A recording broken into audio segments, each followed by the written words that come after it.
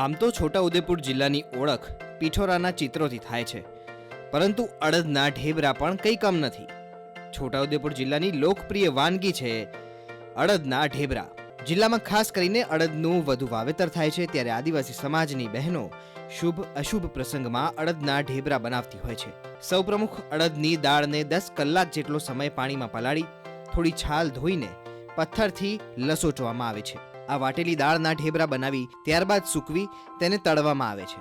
આ ઢેબરા 1 સપ્તાહ સુધી લોકો ખાઈ શકે છે અને તેની સાથે ભીંડીના ડુંડાની છાલની ચટણી પણ બનાવવામાં આવે છે. છોટાઉદેપુર જિલ્લાની વિશિષ્ટ અને લોકપ્રિય વાનગી છે અડદના ઢેબરા. અડદના ઢેબરા બનાવવાની પ્રક્રિયા જે છે પ્રક્રિયા પણ ખૂબ જટિલ હોય છે, પરંતુ છોટાઉદેપુર જિલ્લાની આદિવાસી મહિલાઓ આ અડદના ઢેબરાને પણ એટલા જ ઉત્સુકતાથી બનાવતી હોય છે. રાજેશ રાઠવા, દૂરદર્શન સમાચાર, છોટાઉદેપુર.